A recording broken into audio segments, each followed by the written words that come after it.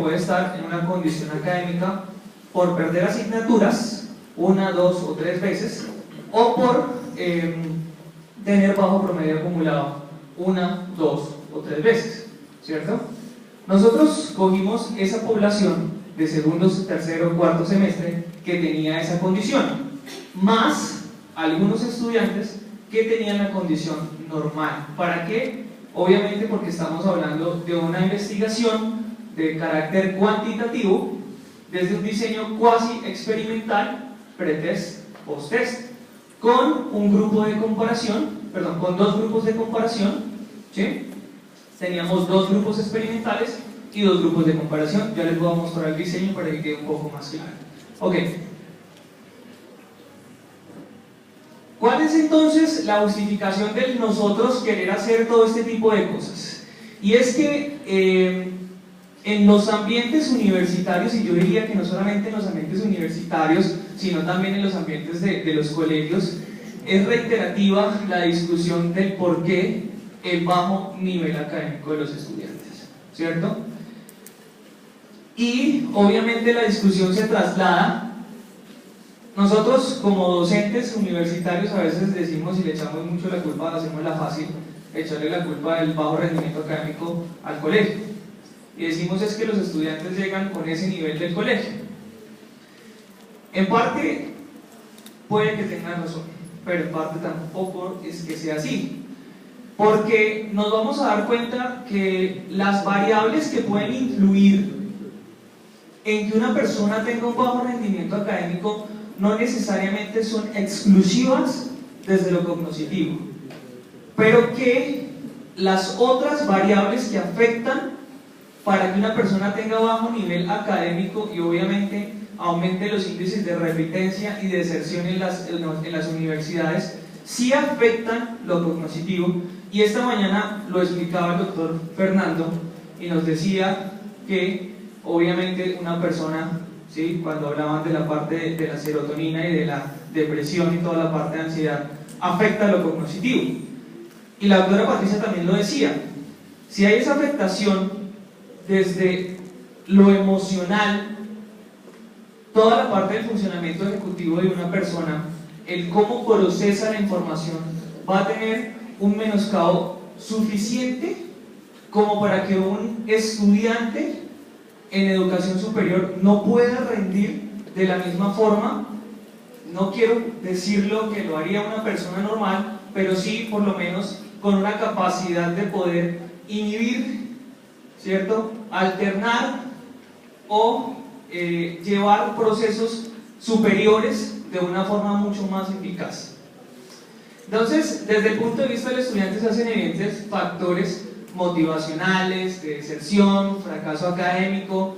Nosotros como tutores en la Universidad de Boyacá, siempre que un estudiante va a cancelar una materia, las, no excusas, pero sí los motivos para cancelar una materia y de que el estudiante pierda son muy variados. Encontramos desde problemas familiares, que quién no tiene problemas familiares, o sea, lo pongo desde ese contexto. Uno está con un problema en la casa y dirá que viene a poner cuidado a la universidad. No es tan fácil, ¿cierto? No es tan fácil.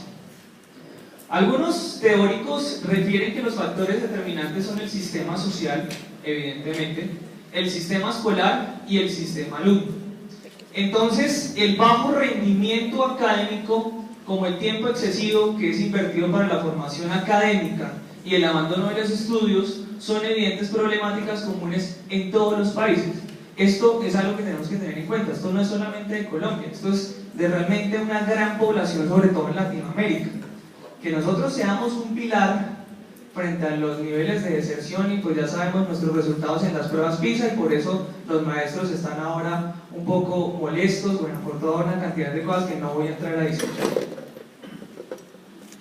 Niebla y Guzmán para el año 2007 señalan que el rendimiento académico puede ser comprendido en relación con los objetivos que las instituciones fijan. Es decir, y aquí viene a salir una parte de lo que nosotros concebimos como el modelo pedagógico de la universidad, ¿sí?, que muchas veces las instituciones consideran el mejor modelo pedagógico pero en realidad afecta a lo que ya otros autores estaban hablando como el sistema del estudiante, ¿sí? Es decir, el sistema escolar va a afectar al sistema del estudiante y este a su vez tiene repercusiones en su nivel académico y por ende también va a tener repercusiones en todo su sistema cognitivo.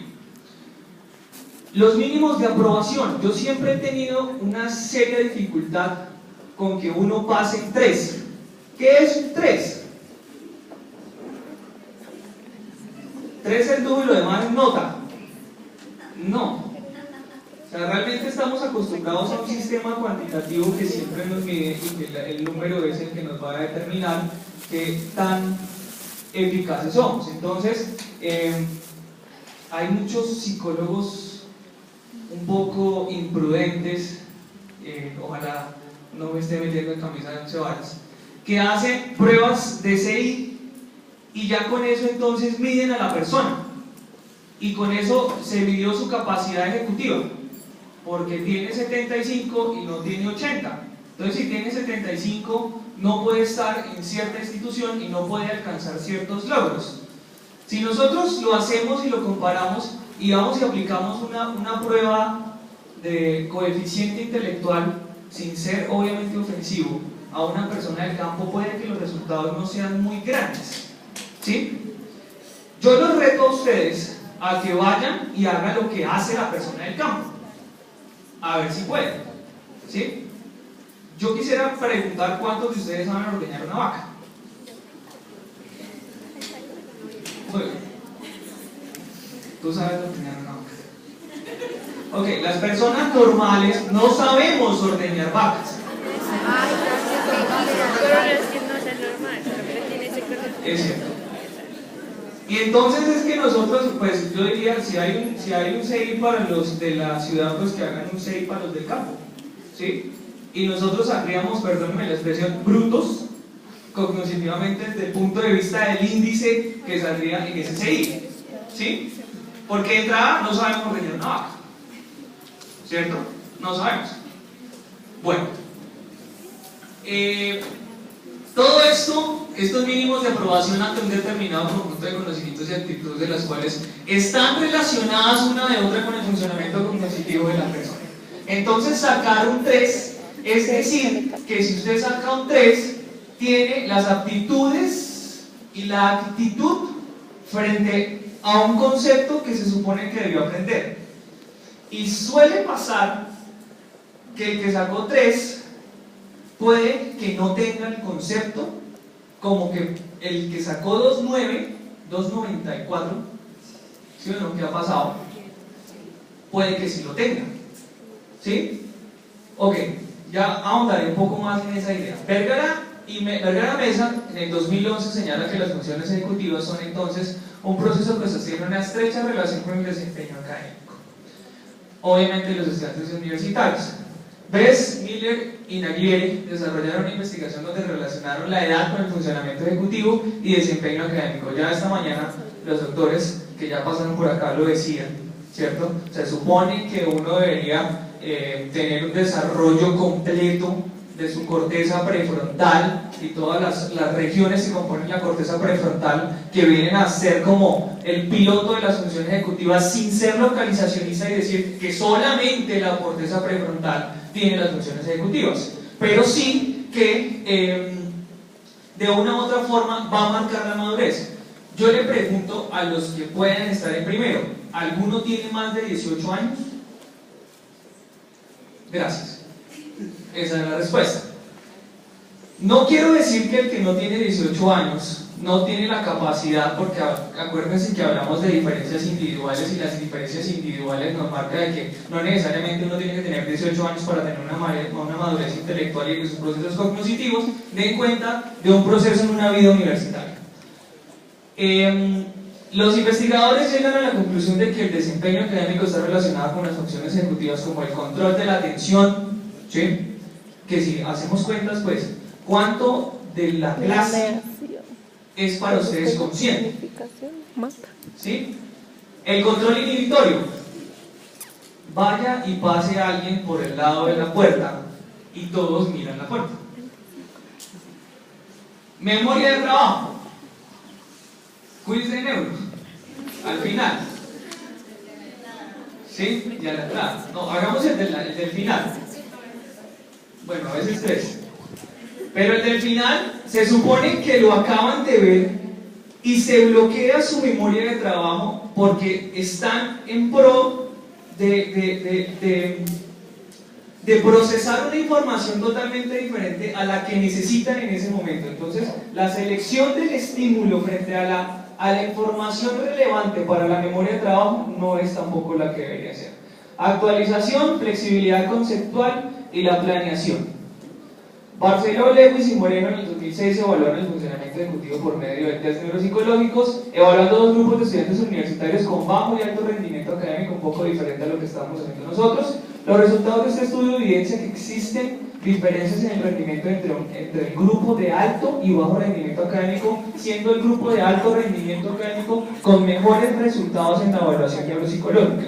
Ojo, solamente en la evaluación neuropsicológica, porque es que nosotros tenemos una gran dificultad que muchas veces nuestros test neuropsicológicos no tienen una validez ecológica para decir, si a mí me va muy bien en una prueba, entonces eso marca mi futuro académico. Yo diría, no marca. Mucho. Bueno, desde hace muchos años, bueno, tampoco muchos, pero sí habremos varios, el proceso de estimulación cognitiva ha tenido un boom, y yo en algunas ocasiones dije, existe una proliferación del prefijo neuro, donde todo ahora es neuro, ¿sí? Entonces, neurobelleza, neurolingüística, bueno, no me estoy metiendo en terrenos que no quiero herir susceptibilidades, pero bueno, ¿sí? Neurocosito, entonces todo es con neuro, ¿sí? Pero lo que sí ha marcado es que las personas ya no solamente quieren hacer ejercicio físico, sino también que quieren hacer ejercicio mental. Entonces ustedes encuentran en muchísimas plataformas en internet softwares y programas para hacer mindfulness, creo que se llama, ¿cierto? Que es prácticamente estimulación cognitiva. Y eso ha marcado la tendencia. Entonces cada vez más están saliendo programas que buscan eso, ¿sí? Pero no son programas específicos. No son programas específicos, son programas que tratan de hacer, digo yo, como una estimulación a todo. Pero pues realmente los resultados no han mostrado muchas cosas así muy favorables. Y eso, que soy un firme defensor de la estimulación cognitiva y el uso de aparatos tecnológicos para todos los procesos de intervención, ya sean o de estimulación o de rehabilitación neuropsicológica, ¿cierto? La implementación entonces de estos programas de estimulación cognitivos computarizados ha tenido en los últimos años un gran impacto, sobre todo en Estados Unidos y Europa. Para el caso de Colombia, las investigaciones han llevado sobre la implementación de este tipo de herramientas tecnológicas aplicadas a la clínica de la estimulación cognitiva. No es que sean muchas en Colombia, pero ya ha tomado un auge mucho más interesante. Son pocos entonces los estudios que hablan sobre la utilización de este tipo de herramientas en contextos educativos y menos en los de educación superior. Como clínico de neuropsicología, muchas veces le llegan a uno pacientes niños que tienen algún problema de aprendizaje, pero son los chiquitos. El estudiante universitario no es tan común que llegue a un proceso de estos, y mucho menos aquejándose de todo este tipo de cosas, ¿no? Constituye entonces todo lo anterior un aporte práctico y teórico de la investigación, haciendo que los estudiantes sean actores propios de ambientes educativos, donde la acción pueda estar orientada al aprendizaje, y que por la potencialización de sus funciones cognitivas repercute de forma positiva en la capacidad de pensar y resolver situaciones problemáticas, ¿cierto? Es decir, mucho más hacia el funcionamiento ejecutivo, para que de esta forma se desarrollen altos niveles de conciencia sobre sus propios procesos de aprendizaje. Y aquí quiero hacer énfasis en que la forma más fácil de a veces ver la capacidad cognitiva en funciones ejecutivas está en la forma en cómo el estudiante de educación superior estudia. Yo le pregunto muchas veces a mis estudiantes, ¿cómo hacen para estudiar para un parcial? ¿Sí? Yo lo pregunto. Y la respuesta es la misma siempre. Solo lee. Una vez. ¿Para qué dicen que no es así? Entonces, no existe una planeación frente al cómo están estudiando. Lo peor es que solamente estudian el día antes del parcial o del quiz. Dicen que no, pero yo sé que sí. Muy bien, sigamos. La estimulación cognitiva entonces le permite al estudiante ir desarrollando habilidades y destrezas por medio de la adquisición de experiencias y aprendizajes que van incentivando, cada uno de los procesos cognitivos. Sí, una estimulación cognitiva a través de un software de rehabilitación, o sea por actividades de lápiz y papel, obviamente va a tener repercusiones sobre el proceso cognitivo. Ahora, la cuestión, y vuelve los términos de diferencias individuales, es qué tan rápido y qué tan efectivos pueden ser. Y por ende, esa es la justificación que nosotros queremos llegar para poder hacer este estudio. ¿Será que sí son válidos, por así llamarlos, y efectivos frente a una población? Obviamente teniendo en cuenta de que existen otras variables que pueden estar afectando. El propósito entonces de este estudio es poder evaluar la efectividad de un programa de estimulación cognitiva computarizado, Activa tu Mente, desarrollado por Navarro en 2007, en los procesos de funciones ejecutivas en estudiantes universitarios del programa de psicología, bla bla bla bla. Siguiente. ¿Desde dónde nos paramos nosotros para entender qué son funciones ejecutivas? Primero, la función ejecutiva la pensábamos desde cómo Lesac nos hablaba y decía que ha de ser entendida como esas capacidades mentales esenciales para llevar a cabo una conducta eficaz, creativa y aceptada socialmente. Porque es que ustedes son creativos para hacer copia, entonces ahí sí hay planeación, pero para la planeación, para poder estudiar sin hacer copia, pues no es tan fácil. Y la doctora Patricia lo decía, si yo sé que hacer copia está mal, ¿por qué lo hago? ¿Sí? Entonces entra ahí como la cosa a ponerse difícil si la planeación realmente está deficitaria, por así llamarlo. ¿Por qué existe tanta planeación para actividades ilícitas como el hacer copia? El modelo teórico que nosotros utilizamos entonces para entender la función ejecutiva es el modelo de Millet del año 2000, donde describen tres componentes ejecutivos claramente diferenciados, aunque no totalmente independientes, y vuelve un poco la relación de que las funciones cognitivas no son entes aparte, sino que se relacionan y se ayudan para poder tener, como lo dice Lesac, una conducta eficaz, y que contribuyan de manera diferencial al rendimiento en tareas de tipo ejecutivo. Entonces la actualización va a implicar la monitorización, la manipulación y la actualización de información en línea de la memoria de trabajo, cuyas tareas serán controlar y coordinar recursos necesarios para llevar a cabo las tareas de procesamiento y almacenamiento de la información. La inhibición la entendíamos entonces como la capacidad para inhibir de forma deliberada o controlada la producción de respuestas predominantemente automáticas cuando la situación lo requiere. Y la alternancia como esa capacidad de cambiar de manera flexible, que parecería un poco la flexibilidad cognitiva, entre distintas operaciones mentales o esquemas, que muchas veces son necesarias, por ejemplo en psicología, cuando se hacen análisis de caso. Esta variable permite a la persona cambiar su foco atencional de tareas irrelevantes y mantenerla en aquellas que son relevantes. La queja de muchos estudiantes cuando llegan a tutoría es: profe, tengo dificultades para concentrarme. Pero más que la dificultad para concentrarse, es la dificultad para poder tener, uno, la inhibición de estímulos que son irrelevantes, y dos, la alternancia entre las tareas que implica la educación superior. ¿Sí? La estimulación cognitiva, desde como lo plantea la OMS, en término, hace referencia a aquellas actividades que se direccionan al mejoramiento del rendimiento cognitivo en general. ¿Sí? Siguiente. Una mirada un poco a lo que es el Activa tu Mente. Es un software que ustedes pueden encontrar en internet. Son 12 CDs que se aplican, son autoaplicables, o obviamente lo hacíamos nosotros teniendo la persona que aplicaba el instrumento.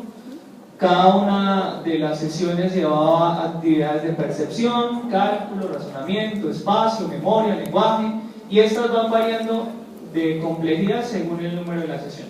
Lo bonito que tiene este software es que nos permite también hacer unas evaluaciones, 3 evaluaciones específicamente, una evaluación inicial para saber en qué nivel, y ellos ponen un nivel de 0 a 1000, ¿sí? La ideal es que la persona saque 1000 en la primera sesión, en la séptima sesión y en la 12ª sesión, ¿cierto? Entonces este es el Activa tu Mente, una plataforma amigable, o sea que en términos de que la persona se canse, no era tan fácil de que la persona se cansara, que retaba muchísimo al paciente, bueno, al estudiante en este caso, que le permitía primero saber cómo estaba, pero que en muchas ocasiones era un poco cruda, porque esta es una versión española. Entonces, en términos de algunas palabras y en algunas actividades, no era tan fácil de que la persona entendiera qué era lo que se estaba haciendo. Sigue. La pregunta de investigación entonces era: ¿es efectivo el programa de estimulación cognitiva computarizada Activa tu Mente en las funciones ejecutivas en estudiantes universitarios con y sin condición académica? Fue lo que nos preguntamos. ¿Ustedes qué creerán? Vamos para allá. Las variables entonces dentro de lo dependiente, enfatizar las funciones ejecutivas, dentro de actualización, inhibición, alternancia, la independiente, todo el proceso de estimulación cognitiva bajo el software Activa tu Mente, y dentro de las sociodemográficas, la edad, el sexo y la escolaridad. Allí falta la condición académica. ¿Sigue? El objetivo general era evaluar entonces el efecto del programa de estimulación cognitivo computarizado Activa tu Mente en las funciones ejecutivas, actualización, inhibición, alternancia, ya. Los específicos, entonces, describir el rendimiento académico de funciones ejecutivas de los estudiantes que pertenecen a los grupos experimental y comparación, con condición académica y experimental sin condición, antes de la aplicación del programa de estimulación, por eso es pretest. La 2, el objetivo específico 2 será caracterizar el rendimiento de las funciones ejecutivas ya posterior a la aplicación, y el tercer objetivo específico que nos planteamos era comparar el desempeño entre los grupos, tanto una comparación intragrupo como una comparación intergrupos. Siguiente. El método, ya habíamos hablado un poco de eso, un método cuantitativo, desde un enfoque cuantitativo, perdón, con un diseño cuasi experimental, pretest, posttest, multigrupal, 2 grupos experimentales y 2 grupos comparación. Siguiente. Los instrumentos que utilizamos, el TMT, tanto en su forma A como en su forma B, esto es para los instrumentos pretest. El test de clasificación de talentos de Wisconsin, conocido por muchos, el test de palabras y colores de Stroop, el test de fluidez verbal, el FAS, porque para los instrumentos post-test utilizamos las variantes, para hacer TMT, es decir, no podíamos utilizar los mismos instrumentos por el tiempo corto que tenía desde la aplicación pretest a la aplicación posttest, es decir, no había cierta cantidad de tiempo para que no hubiese como tal esa memoria de la aplicación inicial, ¿cierto? Entonces, instrumentos posttest, tenemos el test de los 5 dígitos, el Iowa, el test de los senderos TC, solamente 2 senderos de los 4 senderos que tiene la prueba, y la variante del test de fluidez verbal, donde poníamos en vez de FAS teníamos MPR. otras letras. Bueno, sigamos. Los participantes, entonces, población, estudiantes universitarios de segundo, tercero, cuarto semestre, el programa de psicología de la Universidad de Boyacá, sede de Tunja, con una muestra total de 28 estudiantes universitarios, que eran los que, después de cumplir las condiciones de criterios de inclusión y exclusión, fueron seleccionados, segundo, tercero y cuarto semestre del programa de psicología, entre las edades de los 16 a los 25 años, los cuales se distribuyeron una muestra total de 14 estudiantes para los grupos experimentales E1, 7 y E2, 7, uno es con condición y el otro es sin condición, ¿sí? Para un total de 14 estudiantes, y para los grupos comparación, es decir, a los que no se les aplicó el software de estimulación, el C1, estudiantes con condición académica, y el C2, estudiantes sin condición académica. La técnica de muestreo corresponde a un tipo de no probabilístico, y en cuanto a la selección y el procedimiento será un muestreo por conveniencia, que después de firmar el consentimiento informado y todo lo que ustedes ya saben. Procedimiento, pues solamente una fase inicial, un contacto inicial con los participantes del estudio. En la fase 2, la aplicación de instrumentos pretest y posttest, ¿cierto? Que implica también obviamente la implementación del programa Activa tu Mente, para finalizar un análisis de resultados, una discusión y unas conclusiones frente a lo que nosotros nos estamos dando. Muy bien, sigue. Aspectos éticos, esto simplemente es para poner. No, mentiras, es para cumplir, lo pongo ahí, es para que ustedes lo tengan en cuenta, ¿sí? Basados en la resolución 8430 de 1993, donde se establece todo lo requerido para la investigación, y la ley 1090, que ustedes saben que es la del código deontológico del psicólogo, ¿no? Muy bien. Para que mi gobierno me regrese. Sí.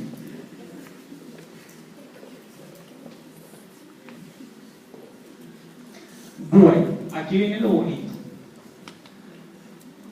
Para la investigación nosotros utilizamos, obviamente, hicimos nuestra base de datos en Excel, donde poníamos los resultados pretest y posttest del estudio, y según los baremos de la prueba nosotros clasificamos en 1, 2 o 3, leve, moderado o severo, si no estoy mal, creo que ya se me olvidó. Y utilizamos obviamente el paquete estadístico del SPSS, me falta la versión, es la versión 21, haciendo de las pruebas no paramétricas, haciendo uso de las pruebas no paramétricas, un test de Kruskal-Wallis, la T de Wilcoxon, tanto para las comparaciones intragrupo como para las comparaciones intergrupos, ¿no? Siguiente.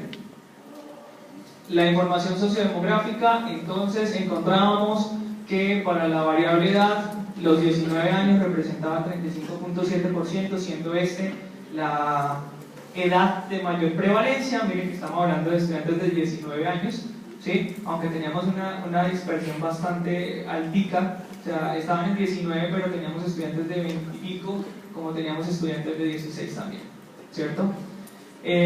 Con una frecuencia total de 10 sujetos, de los 28, 10 tenían los 19 años. Existe una mayor proporción de sujetos femeninos, pues obviamente estamos hablando de un programa de psicología, que la tendencia marca de que haya muchas más mujeres que hombres,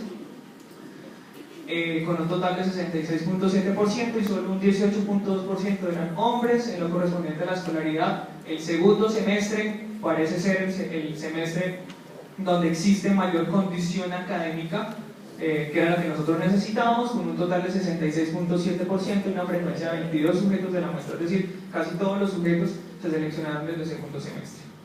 Siguiente. Acorde con el análisis de homogeneidad, entonces, y utilizándose el test de Kruskal-Wallis, que es con lo que uno dice si la población es homogénea o no, para análisis de variables sociodemográficas, los resultados solo sugieren que los participantes seleccionados para los diferentes grupos de la muestra comparten características similares, por tanto nosotros podemos decir que son homogéneos inicialmente. Un poco desde la metodología en este tipo de estudios, ustedes tienen que verificar que si lo hacen un diseño cuasi experimental pretest post-test, inicialmente los grupos sean homogéneos, porque cuando hagan resultados post-test no pueden sacar conclusiones si no existe esa homogeneidad. ¿Sí? Por lo menos para las variables sociodemográficas teníamos esa homogeneidad. Siguiente.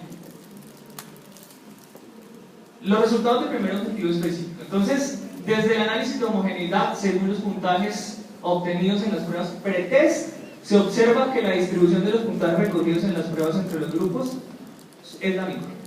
¿Qué quiere decir esto? Se supone que eran estudiantes con diferentes condiciones académicas. Es decir, habían unos que estaban en normal, es decir, nunca perdieron materias, nunca repitieron semestres y por ende no cumplen las condiciones desde lo que estipula la universidad para estar en condición académica. Y también estaban los estudiantes que sí cumplían eso. ¿Qué es lo relevante aquí? Que existe una homogeneidad entre los grupos, es decir, que todos tienen el mismo resultado. No se supone que los que tienen mejor condición académica deben tener mejores puntuaciones. Pues nosotros encontramos que no tanto. Inicialmente son homogéneos, ¿sí? Inicialmente son homogéneos para las pruebas. Siguiente. Este es el nivel total del FAS semántico. Nosotros entonces catalogamos como bajo, como normal o como alto. El nivel total marca el número de respuestas sobre el promedio que da una persona desde la fase semántica de la prueba. Todos los grupos tenían una mayor proporción en estar en condición en la categoría de bajo, es decir, no tenían un buen acceso al almacén semántico en el momento de que se les preguntó, ¿sí? Yo les explico un poco la tarea del FAS semántico. El FAS semántico le piden a uno que en un minuto diga cierta cantidad de palabras, ¿sí? Se supone que si uno está preparado para eso, puede hacerlo tan fácil, pero nosotros encontramos que los 4 grupos no les iba muy bien. Es más, ninguno es tan alto. Ninguno es tan alto. Y para el fonológico encontramos que gran proporción estaba en un nivel normal y algunos salían de lo normal y estaban entre lo bajo y lo alto. Entonces los E, que son los que se supone, los unos son los que tienen la condición académica, los 2 son los que no tienen condición académica. Y miren que, por ejemplo, el 2 del comparación tiene mayor proporción de sus de las personas que lo componen en un nivel bajo y normal, y son los que no tienen condición académica. Siguiente. El TMT, aquí lo hacíamos por las puntuaciones correctas que tenía el TMT. Digamos que en esa parte de velocidad y el control atencional les iba un poquito mejor, lo cual marca que la cosa no es tanto de atención, sino de cómo se planea la conducta en particular, ¿sí? Recuerden que la idea desde la función ejecutiva es que se llegue eficazmente a la resolución de un problema. Aquí, como implica un poco más el mantenimiento de la atención desde una tarea que ya me explicaron y que no tengo necesidad de evocar y acceder de manera fácil, por así llamarlo, al almacén semántico, pues no les va tan mal. ¿Listo? Tanto en el A como en el B, que ya marca un poco una atención un poco más compleja. Sí. El Stroop habla de la inhibición, de cómo yo puedo realizar una tarea e inhibir algo que no puedo hacer. Y encontramos que los estudiantes, la gran mayoría, estaban en un nivel normal, es decir, su capacidad de inhibición está bien. Entonces, no es por la inhibición que existe el problema, por lo menos en esta población. Sigamos. En el Wisconsin, la cosa se pone más de pareja. El Wisconsin habla de cómo una persona puede tener una alternancia de cambiar una tarea por otra. Encontrábamos que para la cantidad de aciertos que tienen las personas de la prueba, están en un nivel, la gran mayoría, bajo o normal. Pero, como no tienen aciertos, entonces miren cómo los errores están de un nivel normal a un nivel alto. Es decir, tienen muchos errores y tienen pocos aciertos, ¿sí? No son capaces de alternar la conducta que se les está solicitando. En los ensayos, la cantidad de ensayos necesarios para poder llevar a cabo la prueba, en su gran mayoría están en normal, aunque algunos están en alto. Es decir, necesitan mucho más tiempo para poder realizar una tarea, lo cual podría explicarnos un poco el porqué de los niveles de repitencia y deserción. Y en cuanto al nivel de respuestas perseverativas, tal vez nos puede explicar por qué pierden, ¿sí? Pues nos encontramos que gran mayoría está entre un nivel normal a un nivel alto de respuestas perseverativas. Es como si el sujeto no se diese cuenta de que está cometiendo un error, por más de que le es evidente cuando el entrevistador, el que aplica la prueba, le dice que está cometiendo el error. ¿Sí? Sigamos.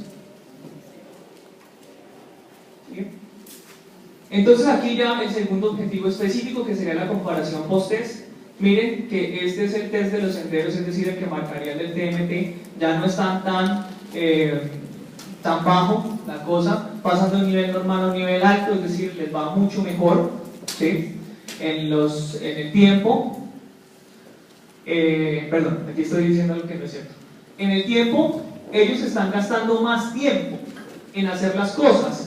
Pero ese gastarse más tiempo en hacer las cosas implica de que lo están haciendo mejor. Es decir, ya se toman prudencia para realizar la tarea por lo menos los que están en los grupos experimentales, que eran los que nosotros nos interesaba que de una u otra forma tuviesen mejores resultados, nos está mostrando de que ya no tienen tantos errores, pero se están demorando más tiempo para lograr una conducta eficaz, que es más o menos la parte ejecutiva que habla todo este cuento en particular, ¿sí? El total de errores, entonces miren que ya no tienen la gran cantidad de errores que tenían antes en el TMT, ¿verdad? Entonces ya están casi todos, mentiras, la gran mayoría de ellos están en un nivel bajo, es decir, muchos de ellos ya no cometen errores, ¿sí?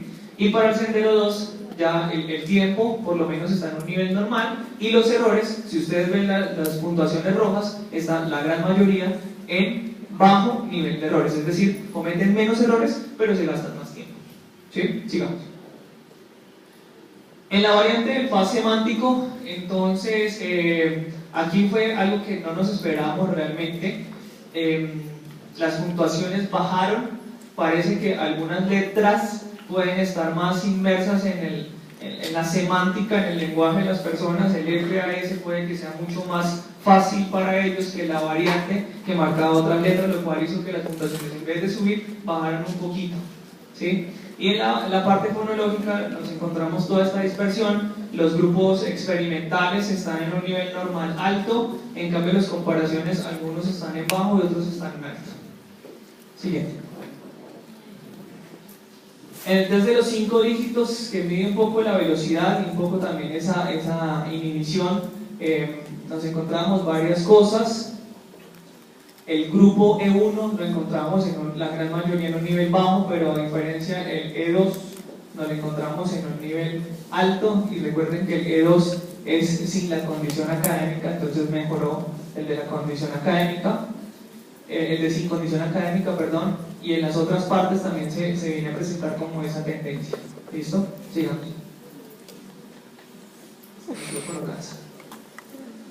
En el Iowa, esta prueba me gusta muchísimo, precisamente hace algunas horas platicábamos con la doctora Patricia, con uno de nuestros invitados especiales, con el doctor Felipe Camacho, frente a lo que marca el test del Iowa, que la instrucción del test habla de: yo le muestro a usted unas cartas y lo que tiene que hacer usted es oprimir para que al final de la sesión tenga mayor ganancia. Lo que tiene que usted tener es mayor ganancia, ¿sí?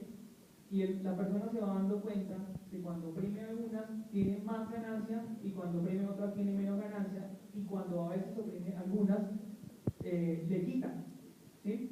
¿Qué nos encontramos? Que en el nivel de respuestas buenas, las personas que estaban en los grupos E1 y E2 estaban en un nivel prácticamente normal. Algunos estaban en un nivel más alto, es decir, había mayor respuestas buenas en los grupos experimentales que en los grupos de comparación. Los grupos de comparación, aunque los 7 personajes de los dos grupos están en un nivel normal, los de los experimentales, hay 5 en los normales y 2 respectivamente en los altos.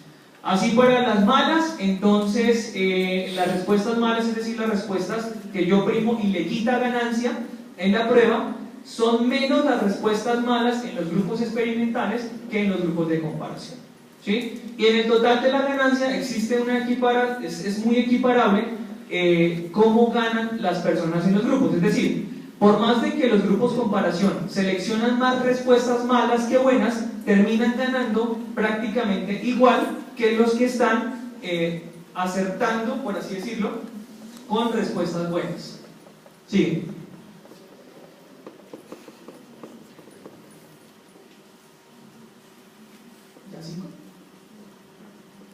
Bueno, para mostrar un poco esto y que se entienda un poco más fácil, todo lo que tenga asterisco dice que existe una diferencia estadísticamente significativa. Si no la tiene, que esta es la comparación prueba de Wilcoxon para las pruebas pretest post-test, comparación intragrupo, el experimental con condición. Es decir, en el experimental con condición, las pruebas, tanto pre a post, no existen diferencias estadísticamente significativas, y dirían algunos investigadores, entonces ¿para qué sirvió la investigación? Nosotros no nos quedamos con que no existan resultados o puntuaciones estadísticamente significativas, pero si hacemos unas comparaciones de medias y nos damos cuenta de que algunas puntuaciones sí fueron significativas, aunque no estadísticamente. Es decir, puede que el tiempo de estimulación cognitiva no haya sido tan eficaz para que las puntuaciones, y teniendo en cuenta obviamente que estamos hablando de una población bajita, no es una población grande, no nos va a permitir ver resultados con puntuaciones estadísticamente significativas. Lo cual quiere decir no que no sirva el test, sino que se tiene que replantear un poco en términos del tiempo que se utiliza para poder hacer la estimulación cognitiva. Esto en cuanto al grupo experimental con condición siguiente. En cuanto al experimental sin condición, sí encontrábamos que entre el nivel del FAS semántico en el nivel pre y en el FAS semántico en el nivel post existe una diferencia estadísticamente significativa. Es decir, para el grupo experimental sin condición tiene mejores resultados posterior a la aplicación del programa de estimulación cognitiva. Aunque no hay otras diferencias estadísticamente significativas, las comparaciones de media, como en el grupo anterior, sí nos muestran que mejoró el grupo, pero no estadísticamente significativo. ¿Listo? En comparación sin condición, nos muestra que evidentemente los grupos no cambiaron en su mayoría, y el análisis de medias nos habla que tampoco es que haya mucha diferencia, es decir, los grupos se mantienen muy parejos desde el nivel pre como el nivel post. Esto nos puede estar diciendo que de una u otra forma el proceso de estimulación cognitiva sí funciona, solo que se debe replantear la forma como se está haciendo, ¿sí? Paradójicamente, para el grupo comparación sin condición, si nos encontramos una diferencia estadísticamente significativa. Recuerden que esta es una investigación cuasi experimental, es decir, el control de variables extrañas no es tan suficiente como para decir, oiga, ¿qué pasó? ¿Por qué si a este no se le hizo aplicación sí mejoró? Pues recuerden que están inmersos en una comunidad académica y que evidentemente esa inmersión en la comunidad académica puede ser un factor que no se puede controlar y que por ende puede ser la causa de esa mejora en esa puntuación. Siguiente. Ya la comparación intergrupos, muestra mejores puntuaciones para el nivel del FAS semántico en post para el grupo E2, es decir, ellos tienen mejores resultados en la comparación post en el FAS semántico. En cuanto al test de los senderos, en el sendero 3, en el nivel de errores, parece ser que el grupo E1 tiene la menor cantidad de errores, es decir, ellos tienen una diferencia estadísticamente significativa en correspondencia con los otros grupos.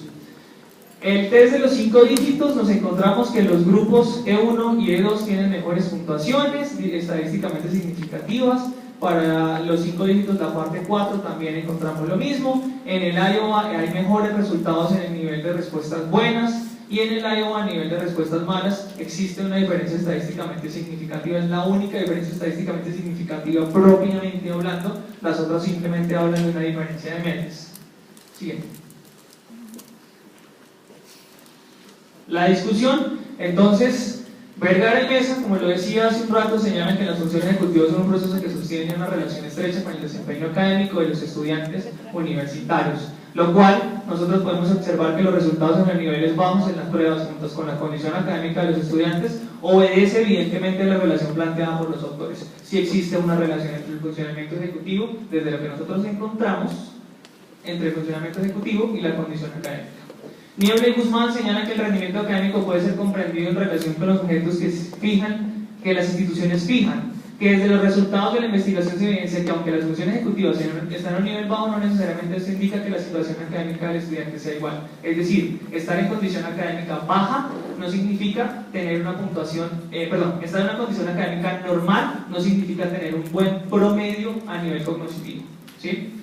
Y por otra parte, los autores también señalan que los procesos cognitivos como la atención y la memoria intervienen de manera significativa en el rendimiento académico de los estudiantes, lo cual puede explicar que los resultados de la comparación intergrupo no evidencien una diferencia estadísticamente significativa. Esto entendiendo que los procesos cognitivos no son procesos aislados, sino que se relacionan entre sí, ¿cierto? Muy bien, sigamos. Desde la investigación realizada por Bess, Miller y Naglieri, donde ya les contaba que relacionaron la edad Con el funcionamiento ejecutivo y el desempeño académico de los estudiantes, los investigadores llegaron a la conclusión de que el desempeño académico está relacionado con las funciones ejecutivas. Vuelve y juega. Los resultados de los grupos experimentales con condición y comparación con condición en las pruebas pretest evidencian desempeños bajos en las pruebas que miden estos procesos cognitivos, es decir, si existe esa relación. Barceló, Lewis y Moreno evaluaron el funcionamiento ejecutivo por medio de test neuropsicológicos, evaluando dos grupos de estudiantes universitarios, que fue el gran referente para nosotros, con bajo y alto rendimiento académico, pero los resultados de este estudio evidencian que existían diferencias en el rendimiento entre el grupo alto y bajo rendimiento académico. Los resultados de nuestra investigación no evidencian esas diferencias, no las evidencian. Es decir, tener un buen rendimiento para nosotros en esta población, aunque hago la excepción de que la población es muy pequeña para poder hacer generalizaciones, ¿sí? Y soy muy prudente en eso, por lo menos con esa población no se evidencia esa diferencia entre tener un buen o mal rendimiento académico, ¿sí? Sigamos.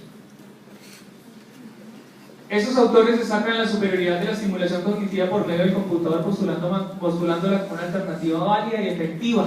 Nosotros encontramos que sí, obviamente haciendo cambios en la estructura de cómo se está planteando la estimulación cognitiva. Estos otros autores evidencian en su estudio un aumento significativo después de tratamientos de técnicas de rehabilitación computarizadas, aunque no son tan estadísticamente significativas para nosotros. Sí destacamos la utilidad de la herramienta computarizada para el proceso de estimulación cognitiva. Es decir, sí funciona, pero con algunos arreglos. En conclusión, se puede afirmar que desde lo planteado se cumple la hipótesis en cierta medida, no podemos decir que totalmente, de que posterior a la aplicación del programa de estimulación cognitivo computarizado Activa tu mente, se evidencia cierta mejora en el subproceso de alternancia en los sujetos participantes de los grupos experimentales.